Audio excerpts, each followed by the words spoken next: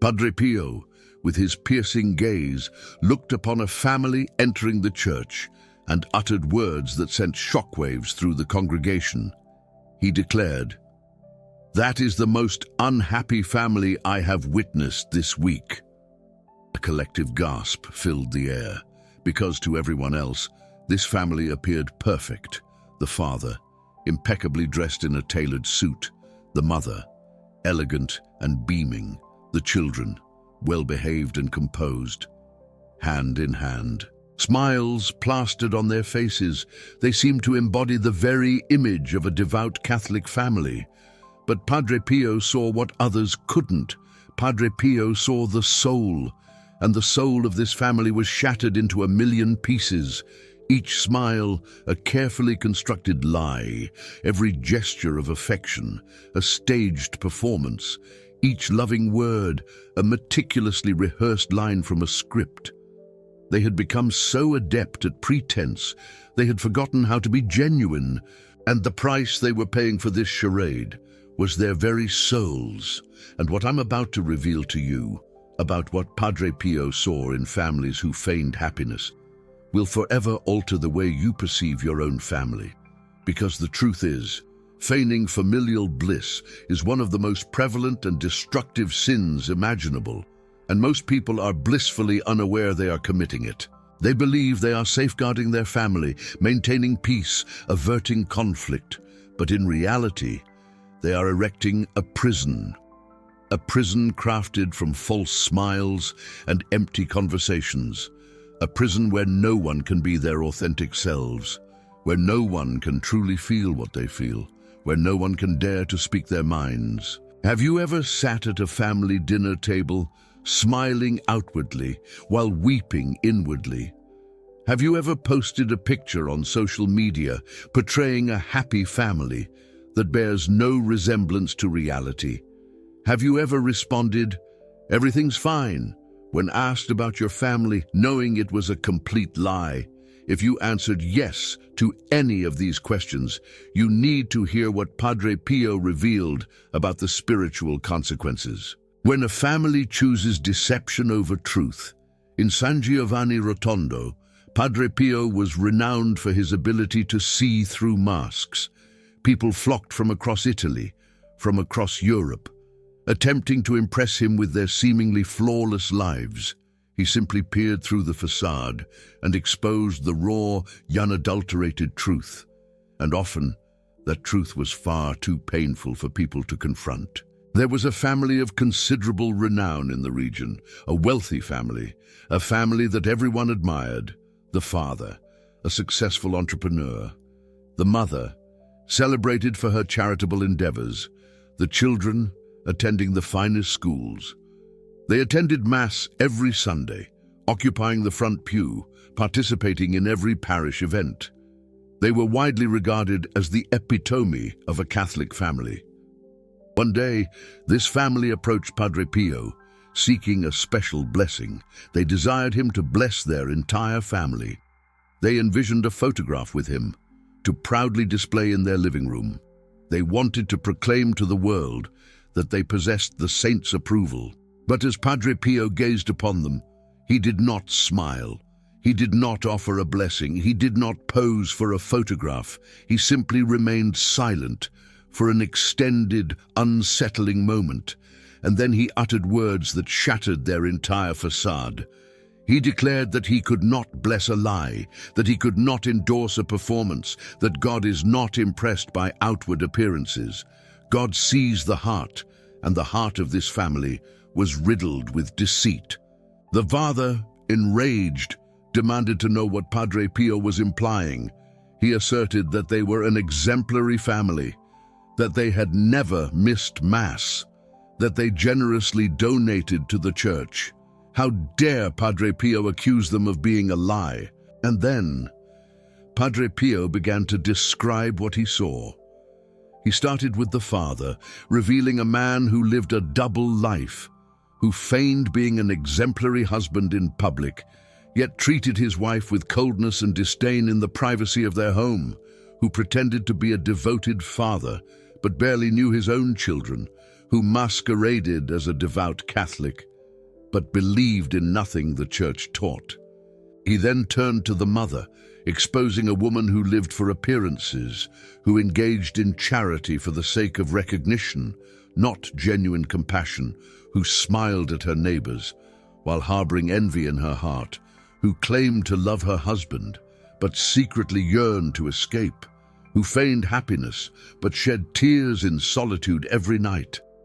He then addressed the children, revealing children who had mastered the art of lying before they even learned to walk, who knew precisely what to say and how to behave, to maintain the facade, who were denied the freedom to be children.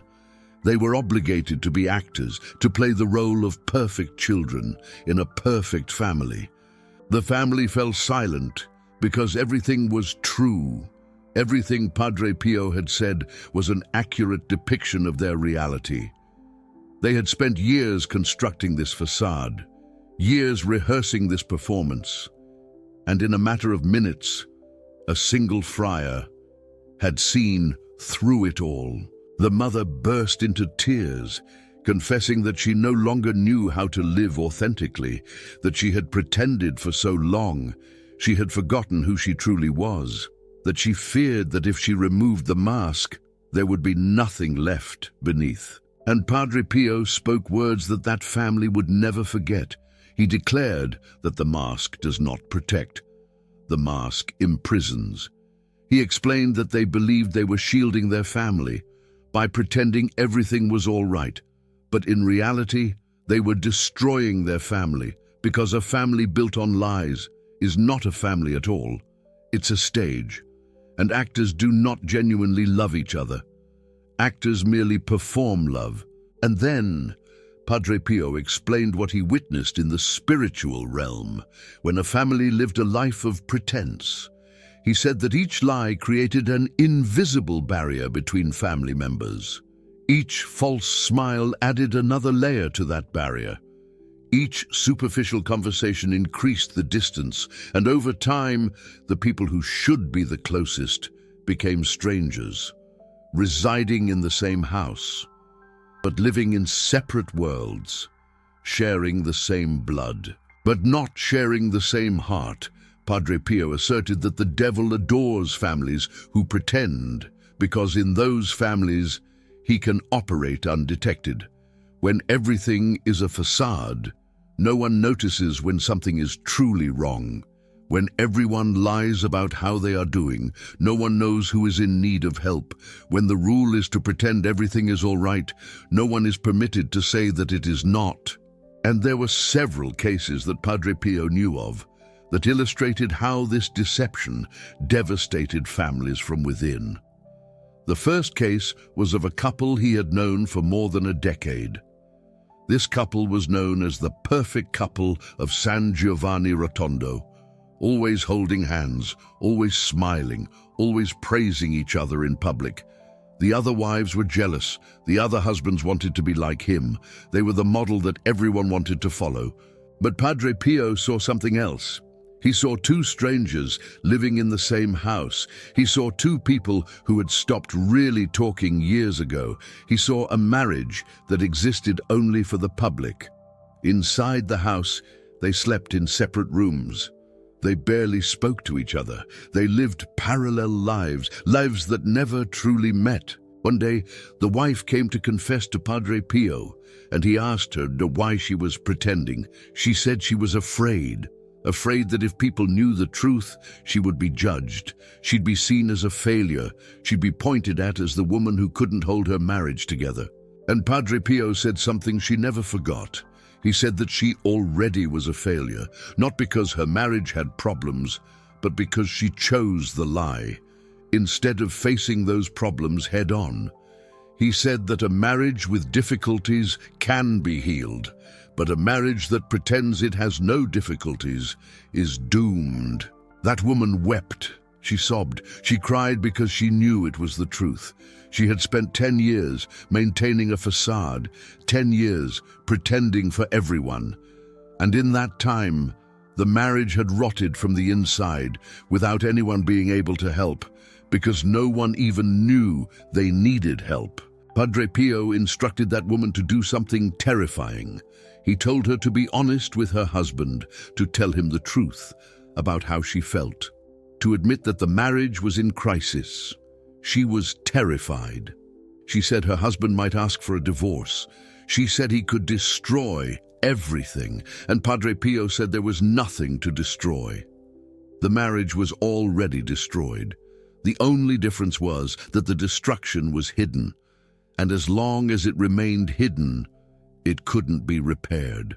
That woman found her courage. She went home and she spoke the truth, and something happened that she didn't expect. Her husband also confessed. He confessed that he had also been unhappy for years, that he was also pretending, that he was also afraid to admit it. And for the first time in a decade, they had a real conversation, a painful conversation, a conversation full of tears and accusations and accumulated hurts, but a true conversation. And from that conversation began a reconstruction, slow, difficult, but real. Padre Pio followed that couple in the years that followed, and he saw the transformation. He saw two people who had been strangers becoming true companions. He saw a dead marriage resurrected, and he said that that was a greater miracle than any physical healing, because it was the resurrection of a love. The second case was even more tragic. It was the case of a young man who had grown up in one of those perfect families, a family where no one argued, no one cried, no one showed negative emotions. Everything was always harmonious, everything was always peaceful, everything was always perfect. This young man grew up without knowing how to deal with emotions. He didn't know how to express anger. He didn't know how to process sadness. He didn't know how to ask for help when he was feeling down, because in his family, those things didn't exist, or rather, they pretended they didn't exist. When this young man left home and went to college, everything crumbled. For the first time, he was in an environment where people expressed real emotions, where people argued and made up, where people cried and laughed. And he didn't know how to function in that world. He didn't know how to be true to himself, because he had never learned. He fell into a deep depression. He tried to hurt himself, and when his parents were called, they couldn't understand what had happened. Their son was so well balanced, so calm, so perfect. How had he reached this point? And Padre Pio, when he heard about the case, said that that was exactly the problem. The son had never been balanced. He had been repressed. He had never been calm. He had been silenced. He had never been perfect. He had been forced to appear perfect. And all that accumulated pressure had finally exploded. The parents realized too late that the perfect family they had built was actually a factory of mental illness, that by prohibiting negative emotions, they had taught their son to swallow everything, and what is swallowed doesn't disappear. It ferments, it rots, and one day it leaks out. The third case that Padre Pio knew about involved a family with 3 children, 2 boys and a girl. This family had an unwritten rule: never talk about problems, never show weakness, never admit that something was wrong. The most common phrase in that house was, "That's not something to discuss." The father was a military man, rigid, controlling. The mother was submissive, silent, obedient. The children learned early on that emotions were forbidden, that crying was shameful, that asking for help was a sign of weakness, that the family's image was more important than any individual. The daughter was the first to break. At 16, she developed a severe eating disorder. She started hurting herself, but she did it all in secret. Because in her family, problems didn't exist. She hid the marks, she hid the behaviors, and the family pretended not to see the obvious signs. When she was finally discovered, the family's reaction was even more devastating. The father said she was embarrassing the family. The mother said she should control herself. The brothers were forbidden to talk about the subject. The family's solution was to send the girl to a boarding school, far away, so that no one would know, so that the facade would remain intact. Padre Pio learned of the case when the parents came to him, not to ask for help for their daughter, but to ask him to pray that no one would find out what had happened. They were more concerned with their reputation than with their daughter. And Padre Pio refused. He said that he wasn't going to pray to hide the truth. He said that he was going to pray for the truth to come to light. He said that that family needed a divine intervention, not to protect the image, but to destroy the image, because the image had become an idol, and idols need to be destroyed. The parents were horrified. They left there angry. They said that Padre Pio had no understanding, that he didn't understand the importance of maintaining a good reputation, that he didn't know how difficult it was to raise children. Years later, Padre Pio learned that that family had completely disintegrated. The daughter never recovered. She spent her life going in and out of psychiatric hospitals. The sons, when they grew up, cut off contact with their parents. The marriage ended in a bitter divorce, and the parents died alone, without any of their children at their funeral. All because they chose the image instead of the truth. All because what others thought was more important than what the family needed. All because the mask was more valuable than the people behind it. The fourth case was different. It was a family that lived the lie, but in a more subtle way. It wasn't a family where there was violence or abuse. It was a family where simply no one was genuine, where everyone played roles. The father played the role of the hard-working dad who supported the house. He never talked about his fears. He never admitted his insecurities.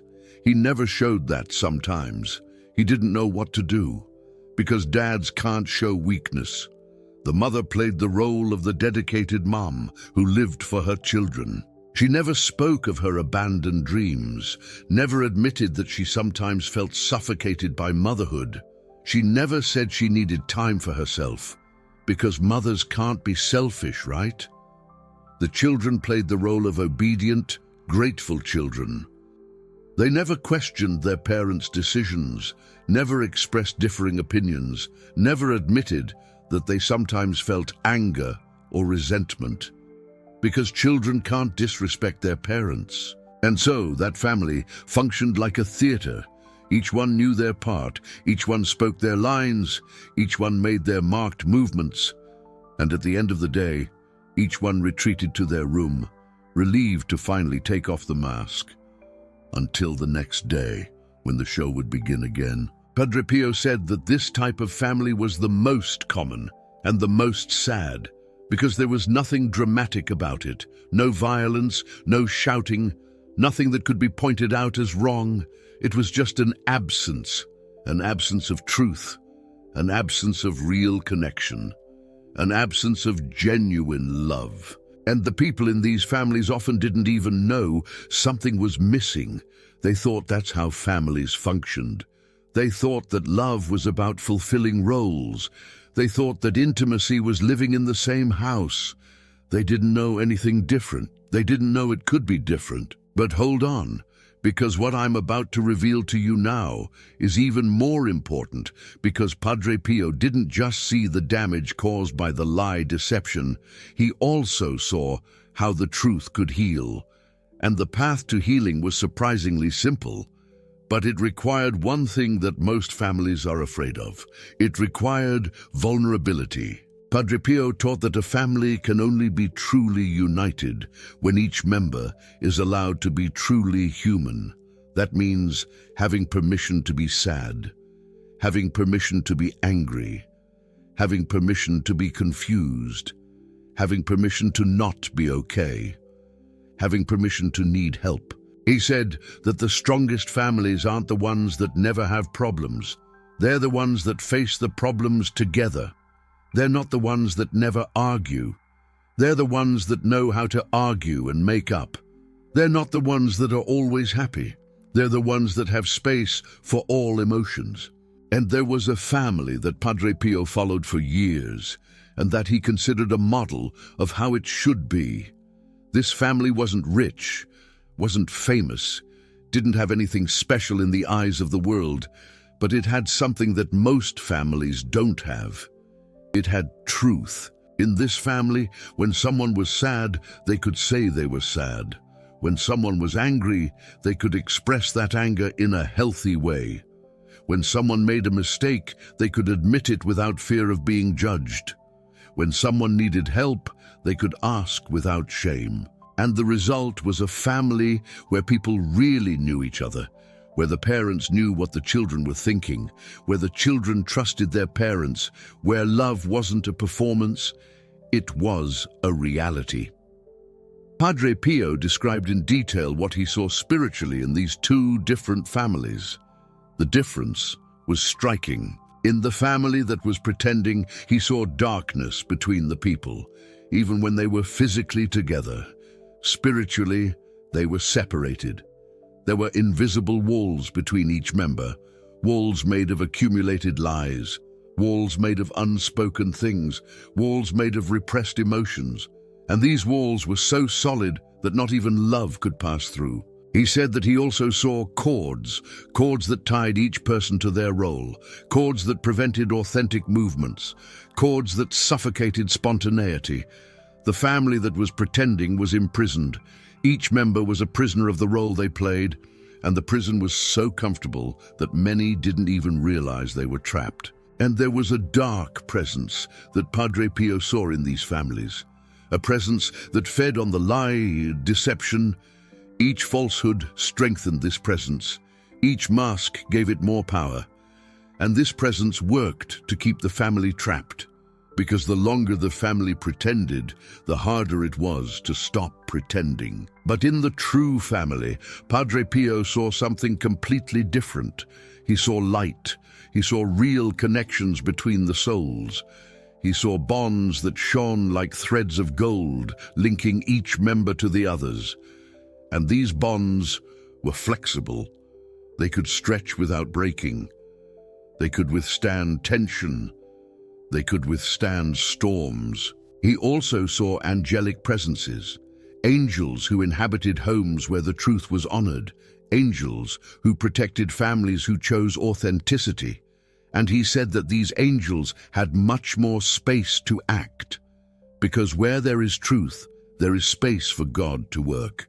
Where there is lie, deception, that space is blocked. Padre Pio explained that the family lie deception was especially serious because it violated the nature of the family. God created the family to be the safest place in the world, the place where a person could be completely themselves, the place where they didn't need masks. When a family becomes a place of lie deception, it perverts the divine purpose. It becomes the opposite of what it should be. And there were signs that Padre Pio taught to identify in families who lived on appearances. He said that if you paid attention, you could see the truth through the facade. The first sign was excessive perfection. When a family seemed too perfect, it was probably because it was hiding something. Real families have conflicts, have disagreements, have bad days. A family that never shows any of that is hiding or repressing. The second sign was the lack of vulnerability. When no one in the family ever admits weakness, when no one ever apologizes, when no one ever cries, something is wrong. Vulnerability is necessary for real connection. Without vulnerability, there is only superficiality. The third sign was conversations that never went beyond the surface. When a family only talks about practical things, only discusses logistics, never explores feelings or deep thoughts, it's because those territories are considered dangerous. They are avoided to maintain the false peace. The fourth sign was the absence of healthy conflict. Conflict is normal and necessary. Families that never fight are avoiding conflicts, not resolving them. And avoided conflicts don't disappear. They accumulate and explode eventually in much worse ways. The fifth sign was the excessive concern with what others think. When a family makes decisions based mainly on public image, when what the neighbors will think is more important than what the family needs, The priorities are inverted. The sixth sign was the difficulty in saying "I love you" in a genuine way, when those words are said only out of obligation, only as a routine, without real emotion. It's because the emotional connection has been lost. Love has become a formality. The seventh sign was children who don't share anything with their parents. When teenagers hide everything from their parents, when they don't seek their parents out in difficult moments, when they prefer to tell their problems to strangers rather than to their own family. It's because they've learned that family isn't a safe place to be genuine. Padre Pio used to say that when he looked at such a family in the spiritual realm, he saw a lack of light. He saw broken connections between souls. He saw ties that any storm could easily break because they were not built on truth. And truth is always stronger than any lie or deception. But how can a family that's trapped in deception begin to live in truth? Padre Pio taught a process he called gradual unmasking, because tearing off all the masks at once could be too traumatic. It could destroy instead of heal. The process needed to be approached with care. The first step was for one person to begin. Generally, Padre Pio recommended that it be the mother, because the mother is the heart of the family. When the mother starts being truthful, she gives permission for the others to be as well. This person should begin by sharing a small truth, something they've been hiding, but that isn't too serious, something that can open the door without causing an explosion. And they should do this in a moment of calm, not in the middle of a fight, not to attack, but to open themselves up. The second step was to create space for the response. When someone shares a truth, the others need time to process it. They might react with surprise, they might react with anger, they might react with relief. All reactions are valid.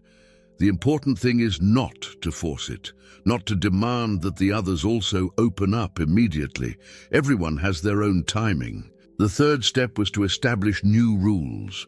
Rules that protect the truth instead of protecting the deception. Rules like not judging when someone shares something difficult, not using the vulnerabilities of others as weapons in future arguments, not pretending that difficult conversations never happened. The fourth step was to practice the truth in the small things. Before they can be truthful about the big problems, the family needs to practice being truthful about little things. How are you really feeling today? What did you really think of that? What do you really want to do? These simple questions begin to create a culture of truth. And Padre Pio warned that this process wasn't fast. Families that have spent years or decades pretending aren't going to transform overnight. There will be relapses. There will be moments when it's easier to go back to pretending. There will be conflicts that didn't exist when everyone was lying, but these conflicts are a sign of healing, not of failure. They mean that people are finally being real with each other. There was a woman who followed this process and shared her testimony with Padre Pio years later. She said that in the beginning, it was terrifying. When she started telling the truth, her husband was furious, her children were confused. The family that seemed perfect began to show all its cracks. But she persisted. She continued being truthful. She continued creating space for the others to be truthful. And little by little, something magical happened. Her husband started to open up. Her children started to trust. The superficial conversations were replaced by real conversations. The masks were falling, one by one. And she said that the family she had now wasn't perfect. They argued sometimes, they disagreed often, they cried from time to time, but it was real, it was true. And the love they felt for each other now was a love that she had never felt before, because it was a love for who they really were, not for who they pretended to be. There was another testimony that Padre Pio held on to for years. It was from a man who had been the patriarch of a family of masks. He was the main one responsible for the culture of deception that existed in his home. He was the one who demanded that everyone pretend. He was the one who punished any display of weakness. He was the one who had created the unwritten rules that governed the family. This man came to Padre Pio, already elderly. He came because he was dying and was afraid of dying without ever having truly known his own children, afraid of having spent his whole life living a lie, afraid of discovering that the legacy he was leaving was just an empty facade. Padre Pio welcomed him with mercy. He said that it was never too late for the truth, that even at the end of life, the truth still had power, that the masks could still fall. And that man did something he had never done. He gathered his adult children and asked for forgiveness. He asked forgiveness for having created a home where the truth was forbidden. He asked forgiveness for having taught them that appearances were more important than feelings. He asked forgiveness for never having let them be genuine. The children were in shock. They had never seen their father vulnerable. They had never heard their father admit fault. And little by little, they started to speak too. They started to share things they had never said, grievances held for decades, questions never asked, feelings never expressed. That conversation lasted hours, and it was painful, very painful. There were accusations, there was crying, there was anger, but there was also something that had never existed in that family before. There was truth. And the man died a few weeks later, but he died differently than he had lived. He died known by his children. He died having asked for forgiveness. He died with real ties, even if newly formed. And Padre Pio said that those few weeks of truth were worth more than decades of deception, that God honors the truth, no matter when it arrives. Padre Pio also taught a specific prayer for families who wanted to get out of deception, a prayer to ask for the courage to take off the masks. He said that this prayer should be prayed every day until the transformation happened. The prayer went like this: Lord, you who are the truth, look upon this family. We hide from each other. We wear masks. We pretend to be who we are not. We are afraid of the truth. We are afraid of being known. We are afraid of being rejected. Give us the courage to take off the masks. Give us the grace to be truthful. Give us the love that welcomes the truth even when it hurts. May our family be a place of light, not of shadows. May our family be a place of truth, not of deception. May our family be a reflection of your love, which is true and unconditional. Padre Pio, you who saw through the masks, intercede for us. Help us to have the courage to be real. Help us to welcome each other's truth. Help us to build a true family. Amen. Padre Pio said that this prayer, prayed with sincerity, opened doors in the spiritual realm. It began to weaken the masks. It began to create cracks in the facades. It began to prepare hearts for the truth that would come. Padre Pio said that this transformation was one of the greatest miracles he witnessed, greater than physical cures, greater than visions, because it represented the transformation of a collective lie into a collective truth. It was an entire family choosing light over darkness. But there's one aspect of familial pretense that Padre Pio considered especially grave: the pretense within Catholic families. Families that use faith as just another layer of the mask. He used to say he knew families who went to Mass every Sunday and pretended to be devout, but at home they never prayed. Families who spoke of Christian love at the parish, but lived at war within their own four walls.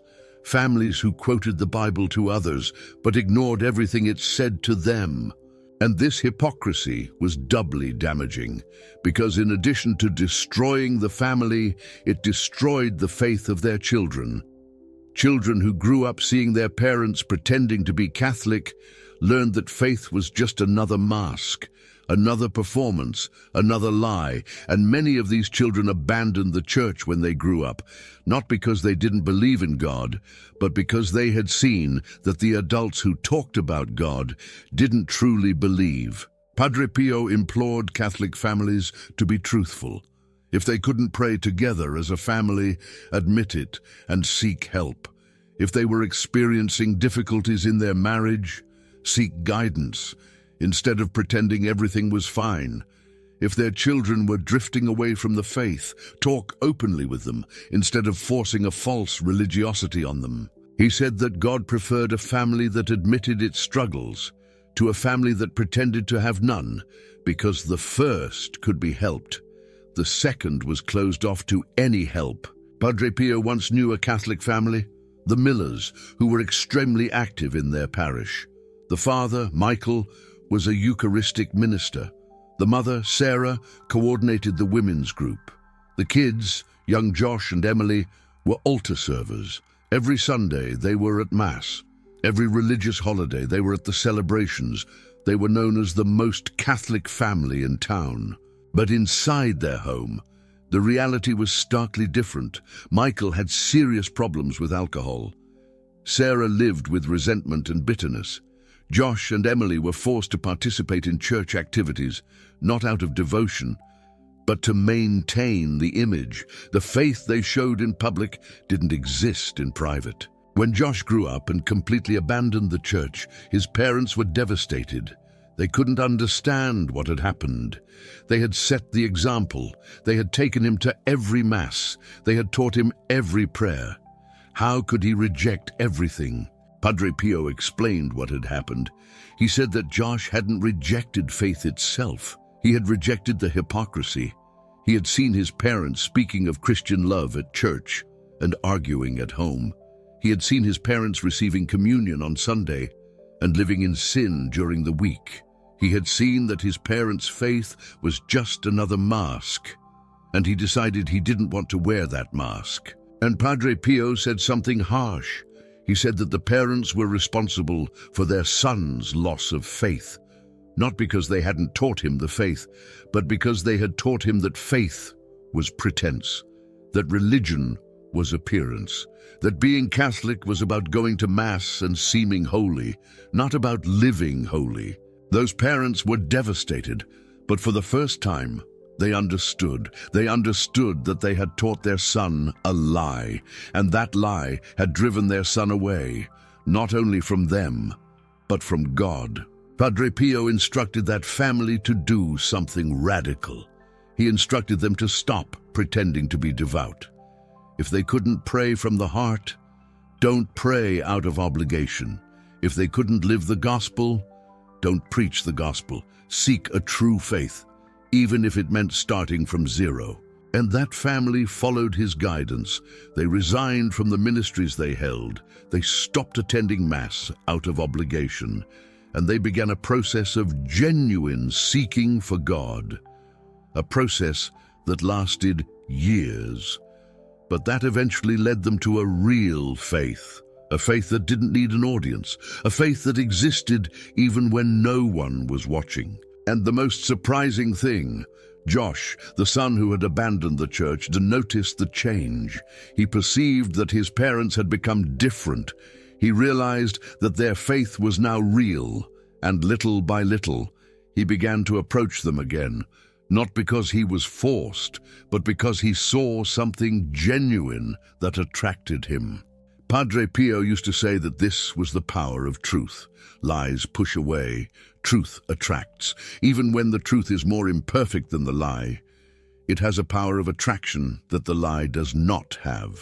And here is something that Padre Pio revealed about what happens at the moment of death to families who lived on appearances.